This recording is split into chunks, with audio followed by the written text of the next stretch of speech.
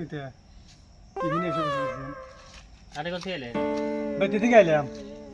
শালা উটকাইতে জীবন শেষ বসে অল্প মোবাইল টিপতেছি। জাগা মানে আর মোবাইল টেপা আমার ভালো লাগতেছে জায়গাটা এখানে। শ্যামানা হ্যাঁ গরম ভালো করে বসে। ওপরে ভালো আর মন্দ কোন খবর সবর কোন? খবরের মধ্যে কথা হইলো মিতা বাইতে একটা ছাগলে বাড়া আছিল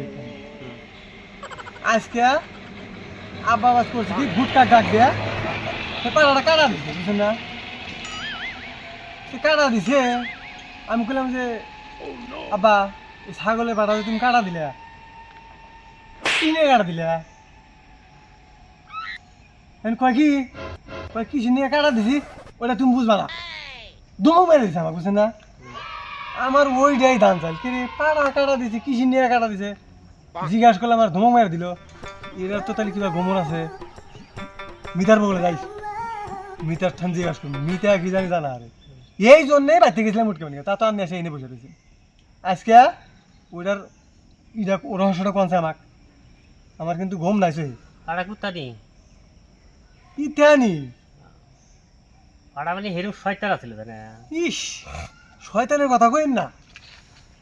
7-10 দিন করে এক মানে পাড়ায় পাড়ায় যা থাকে ডেইলি উঠকা আনা নাকি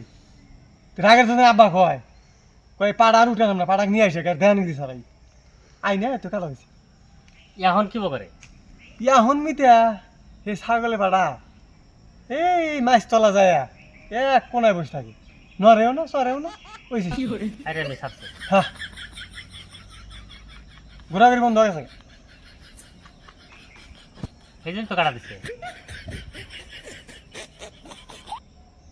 এই জন্যে কাটা দিছে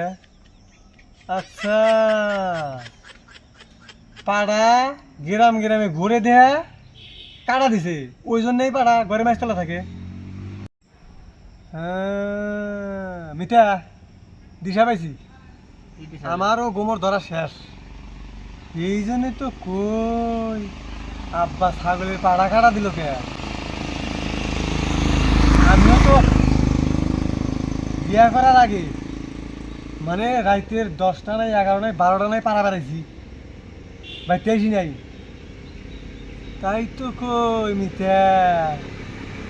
এই জন্যই তো আব্বা আমার বিয়া করা দিছে এখন মিতা আমি ঘরে থেকে বাড়াই না রাতে 10টা 12টা মতো বাইতেই